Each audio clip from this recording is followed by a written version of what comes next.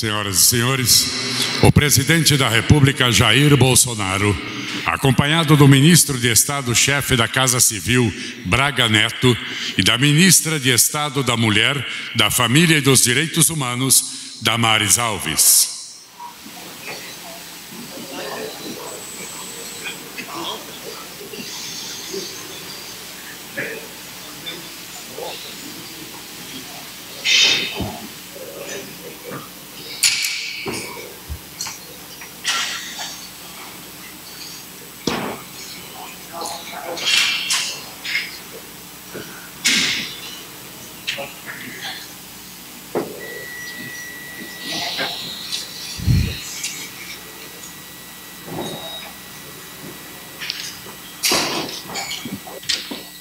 Dando início a esta cerimônia, ouviremos o hino nacional.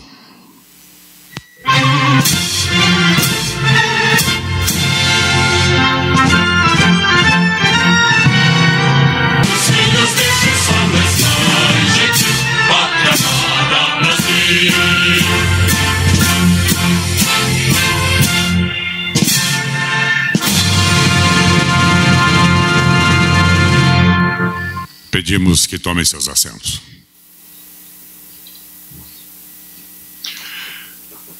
Fará uso da palavra o presidente da Federação Brasileira de Bancos, Isaac Sidney.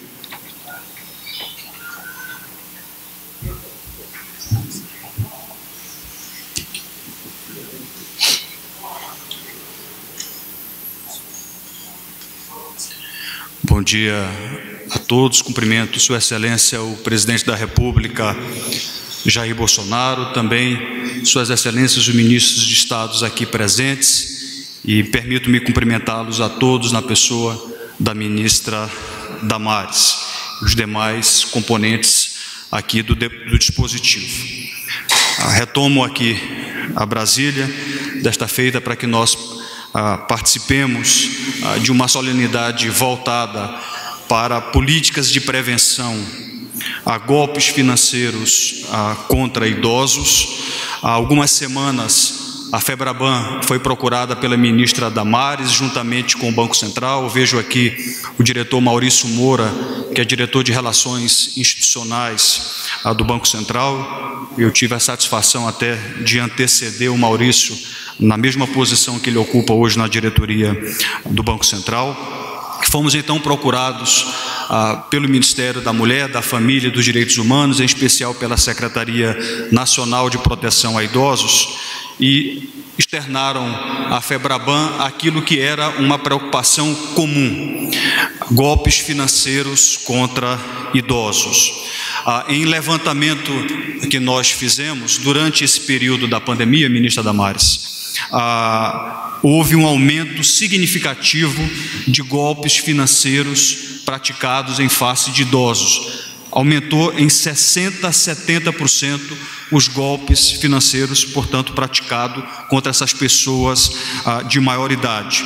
O mais lamentável é que esses golpes eles aumentaram exatamente no momento em que as pessoas, em que os idosos precisaram ficar em casas, atendendo a uma política de isolamento social e acessando, até para fins de uma maior facilidade, os canais digitais dos bancos, acessando os canais eletrônicos, e os criminosos começaram então a se aproveitar desse momento em que os idosos tinham mais necessidade de acessar os canais digitais.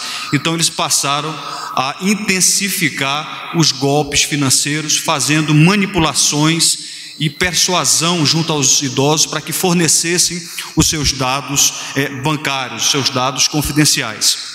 Essa questão da fraude bancária, ela é tão séria que os bancos, por ano, gastam 2 bilhões de reais para ressarcir e combater fraudes bancárias. 2 bilhões por ano. Nós investimos cerca de 25 bi para segurança da informação e gastamos 2 bilhões apenas para ressarcimento de fraudes bancárias, para proteger os clientes,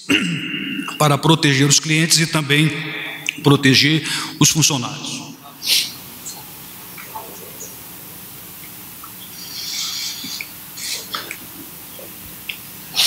Então a pergunta que fica é, diante de um investimento desse montante de 2 bilhões por ano, por que essas fraudes continuam, ou até mesmo porque essas fraudes elas aumentam?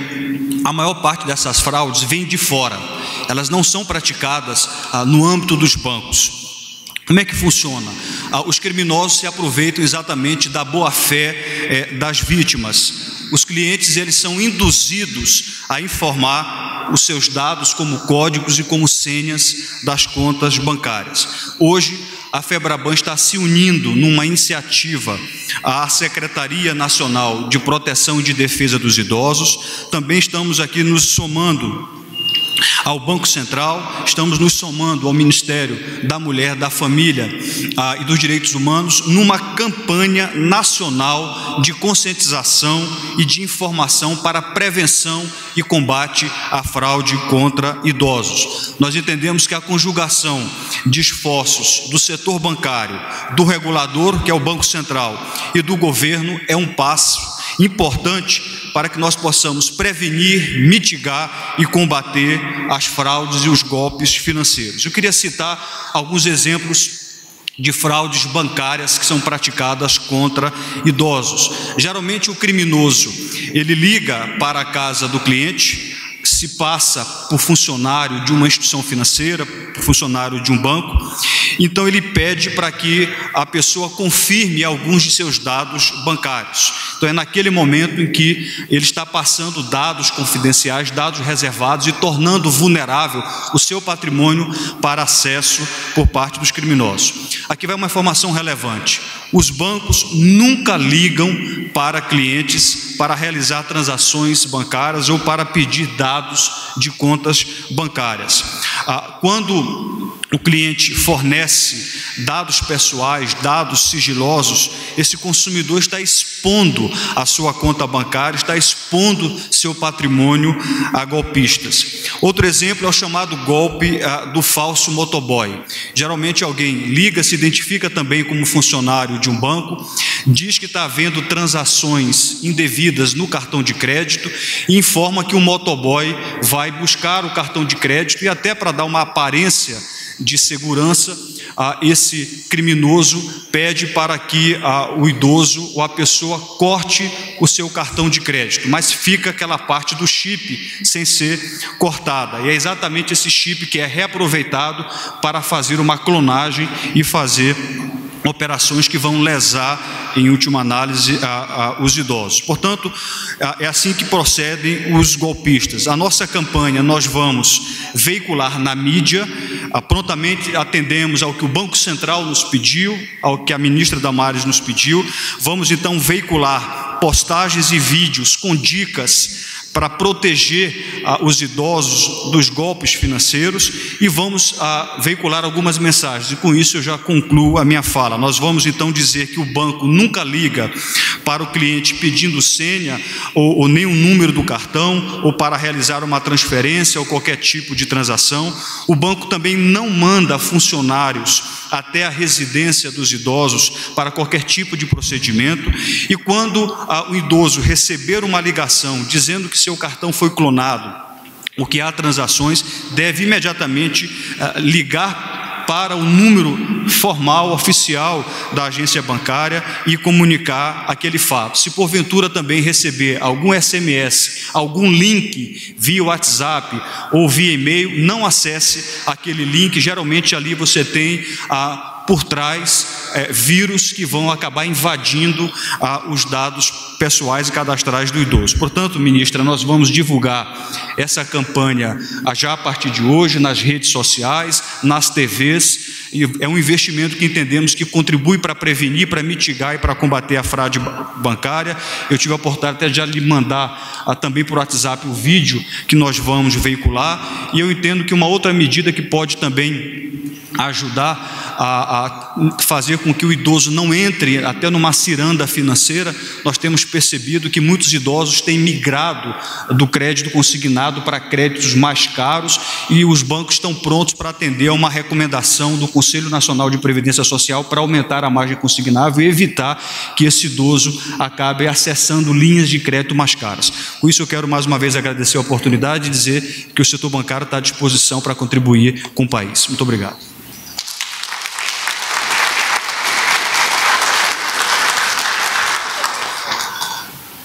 A seguir, a ministra de Estado da Mulher, da Família e dos Direitos Humanos, Damares Alves, e o presidente da Associação Brasileira de Educadores Financeiros, Reinaldo Aparecido Domingos, assinam protocolo de intenções para a execução de ações de educação financeira para gestores de instituições dedicadas ao cuidado de idosos.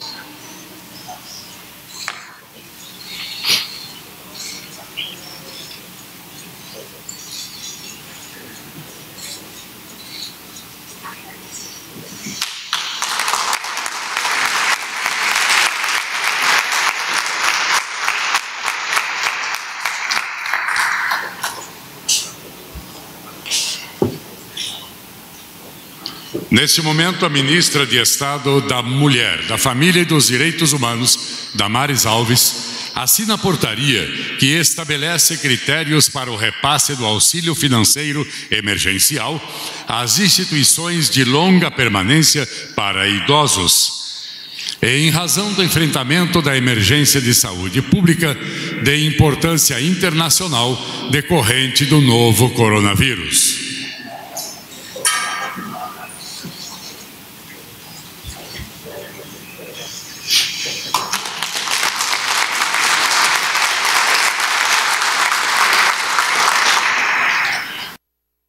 Ouviremos agora as palavras da ministra de Estado da Mulher, da Família e dos Direitos Humanos, Damares Alves. Bom dia a todos. Bom dia, presidente. Ministro Braga, meu ministro da Saúde, bom dia. Presidente da Caixa Econômica, parceiro de longas datas. Presidente da FEBRABAN, meu querido amigo Isaac. Secretário Nacional da Pessoa Idosa, que hoje realiza um grande sonho. Deputados parlamentares, bom dia, senadores, queridos ministros, todos espetaculares ministros do governo Bolsonaro. Banco Central não está presente, o nosso ministro, mas o doutor Maurício está aqui. Hoje é um dia muito especial para o nosso ministério. É um dia especial para os direitos humanos no Brasil. Porque o que nós estamos fazendo é direitos humanos. Cuidar dos idosos é direitos humanos. Quando este governo veio com a proposta de direitos humanos para todos, era exatamente isso. Cuidar de alguns segmentos que foram esquecidos por anos. E um dos segmentos foi a população idosa. E nós estamos vindo aqui, e quando vejo, presidente, essa junção do poder público, dos agentes da área econômica, quando eu vejo essa junção do nosso ministério com os bancos, eu me lembro, presidente Isaac, nas nossas reuniões, eu preciso contar isso para os senhores. Era um telão, ali no telão Banco do Brasil, Caixa Econômica, FEBRABAN, Banco Central. Logo no início da pandemia que a gente sabia que isso ia acontecer com os idosos. O isolamento social, infelizmente, está deixando um saldo absurdo para o Brasil. E os idosos seriam vítimas, nesse momento, da violência patrimonial. E eu me lembro, a gente naquela reunião, uma ministra de Direitos Humanos, falando com todos os agentes do setor econômico, do setor financeiro, e o presidente do Banco Central, FEBRABAN, dizia: o que a senhora quer que a gente faça, ministra? Eu dizia: eu não acredito. Eu vou dizer, exatamente o que a gente pediu foi feito. Todos os filtros e medidas de segurança, desde o início da pandemia, para evitar as fraudes, os bancos tomaram. Assim Assim que eles começaram a perceber o que estava acontecendo, a campanha está sendo lançada hoje, mas são meses de trabalho nos bastidores, com todos os tipos de dispositivos para proteger a conta do idoso, para proteger o idoso no dia a dia. E nesse sentido, eu gostaria de pedir a todos vocês que aplaudissem as agências financeiras do Brasil que se preocuparam com os idosos. Obrigada, meu ministro Roberto, obrigado, Febraban, Caixa Econômica, Banco do Brasil. Obrigado.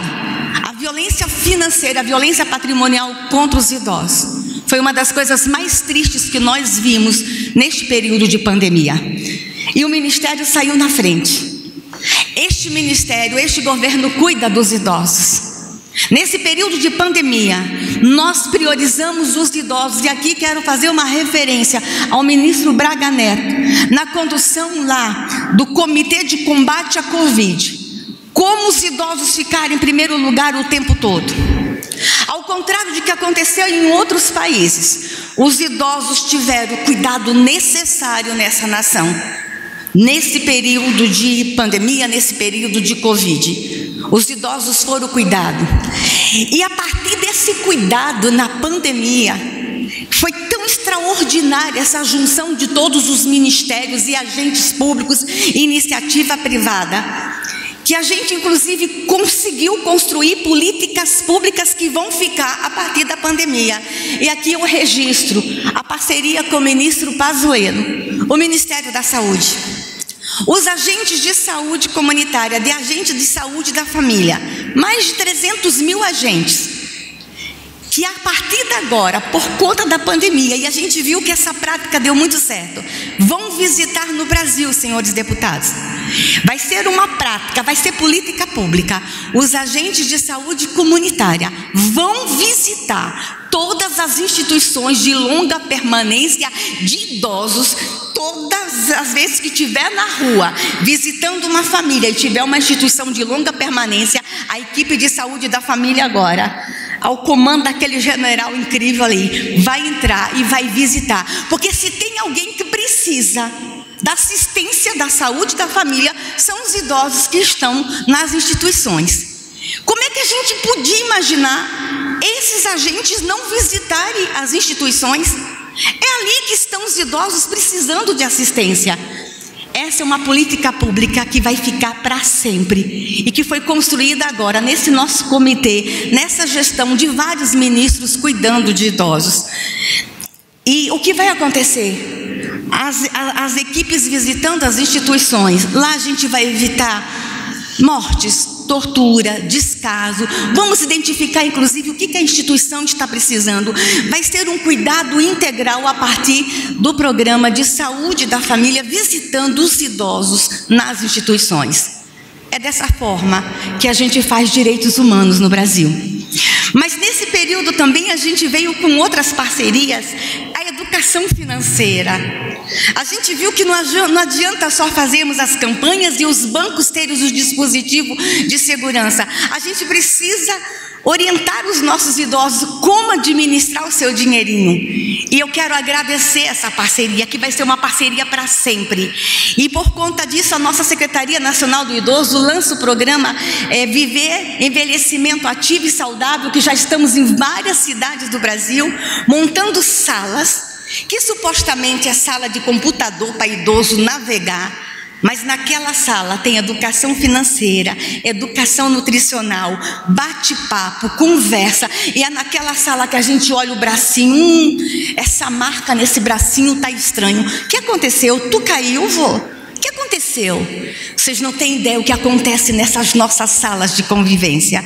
E agora vem a educação financeira. Muito obrigada a todos vocês por essa parceria. Mas aí a gente percebeu também nessa pandemia que não eram só as fraudes bancárias. Estava acontecendo um absurdo do absurdo no Brasil. A transferência de bens imóveis dos nossos idosos. Estava acontecendo que no cartório, parentes bonzinhos estavam buscando procuração de amplos poderes. E nessas procurações de amplos poderes, negociação dos imóveis dos idosos, baixa de aplicação, transferência transferência de aplicações com as procurações. E as vendas de imóveis em nome de idosos começaram a crescer de uma forma assustadora. E o idoso não aparecia, era uma procuração. Procuramos o Conselho Nacional de Justiça. E aqui eu quero fazer um registro ao nosso ministro Humberto Martins, que era o corregedor. Ele reuniu o Conselho Nacional de Justiça e o CNJ edita uma resolução para mandar um recado a todos os cartórios do Brasil. Cuidado com as procurações não vão ser desse jeito, o idoso tem que estar presente, e se o idoso não puder ir no cartório, o cartório vai na casa, e atenção com as escrituras e transferência de imóveis de idosos. Atenção os filhos, parentes, engraçadinhos, cuidadores que estavam com golpe montado para tirar em tempo de pandemia, sob o discurso: fique em casa. Você não pode sair, vô? Daqui seus documentos para eu fazer uma procuração. Fique em casa. Com essa desculpa, acabou. O CNJ determinou que isso não vai acontecer. Transferência e roubo de bens, de imóveis, de idosos durante esse período está evitado. É assim que se cuida de idosos no Brasil. É assim que este governo se preocupa do idoso como um todo. Obrigado, CNJ. Obrigado, ministro Humberto Martins, que queria estar conosco hoje aqui, mas não pôde estar porque a sessão hoje ele agora é o nosso presidente do Superior Tribunal, não pôde estar conosco, mas eu faço questão de registrar os nossos agradecimentos. Mas e as instituições de longa permanência? Quantas são? Onde elas estão? E aí, nesse período de Covid, descobrimos milhares de instituições que estavam invisíveis. Havia um cadastro de 1.900 instituições no Brasil. Quando fomos para a rua procurar as instituições, nós chegamos ao número de 3.800 instituições de longa permanência de idosos no Brasil. Aonde estavam as outras que o poder público não conhecia? Instituições sérias, presidente, fazendo um trabalho extraordinário e no anonimato. Aí a gente foi atrás, trouxemos todas para a visibilidade e começamos a cuidar, e percebemos que as instituições nesse momento precisavam de reforço no alimento, no EPIs, material de limpeza. E o que fazer? Porque em alguns países desenvolvidos aconteceu o seguinte: idosos morreram dentro das instituições abandonados. Eu já falei aqui, teve cidades, gente, na Europa, que todo mundo passava em frente às instituições e não olhavam.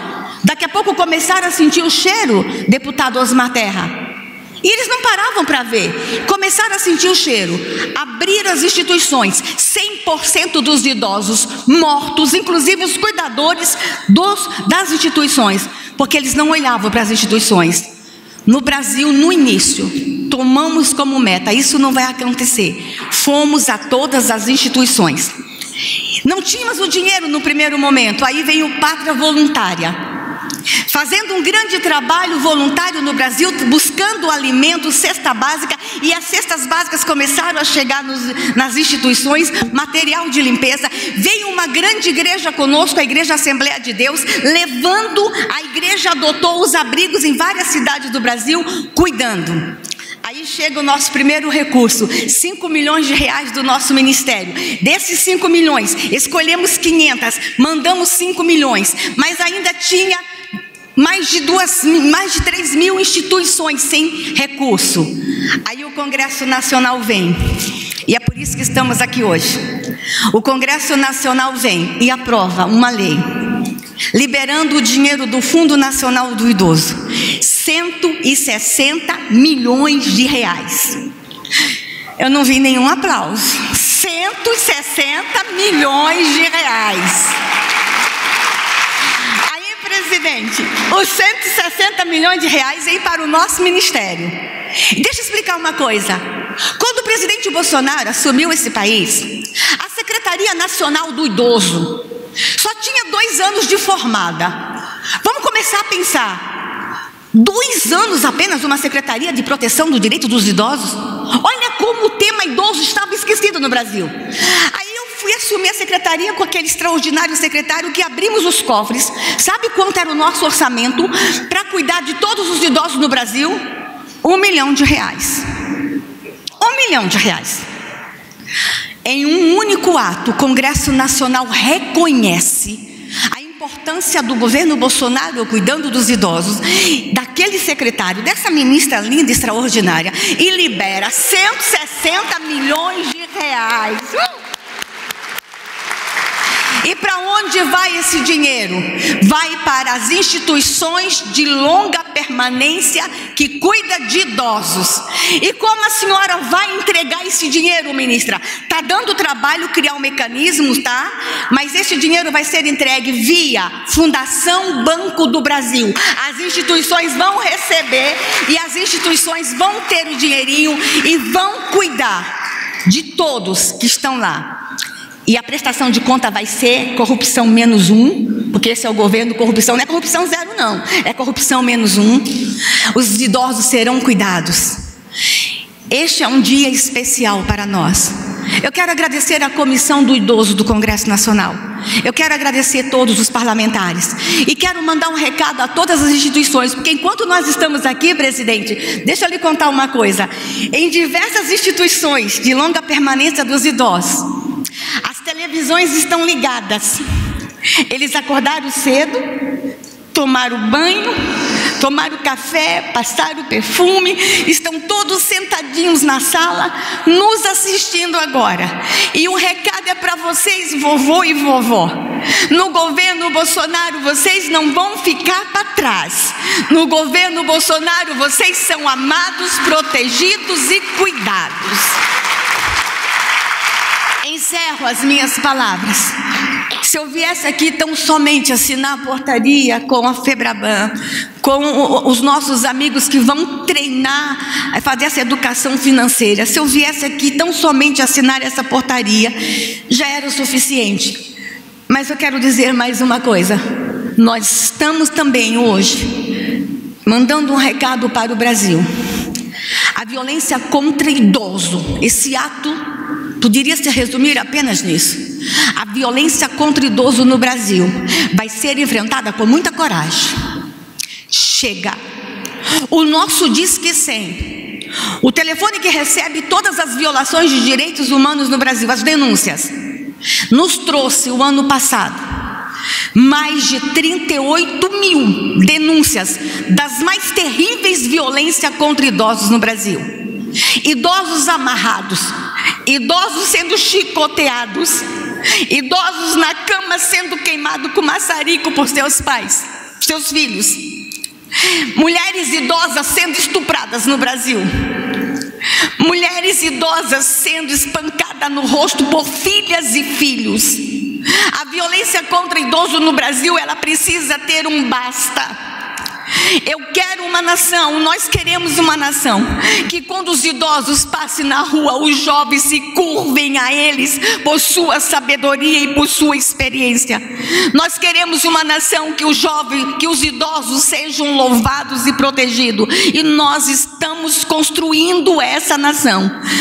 Nós estamos declarando hoje, da mesma forma que estamos enfrentando a violência contra a criança com coragem, a violência contra o idoso em todas as suas formas, patrimonial, financeira, física, psicológica, que é uma das que mais dói. Dizer para o idoso que você não presta, que você é um peso, que você tem sido um incômodo. Nós vamos fazer uma revolução de direitos humanos no Brasil, protegendo os idosos do Brasil. Obrigado a todos vocês que vieram nesse ato. E as instituições de longa permanência, o dinheiro vai chegar nos próximos dias. Obrigada, Congresso Nacional. Obrigado, presidente Bolsonaro. 160 milhões vai salvar muitas instituições lá na ponta. Obrigada, Brasil. E que possamos ser conhecidos no mundo como uma nação que respeita e cuida dos idosos. Muito obrigado a todos vocês. Que Deus abençoe os idosos do Brasil. Está encerrada essa cerimônia.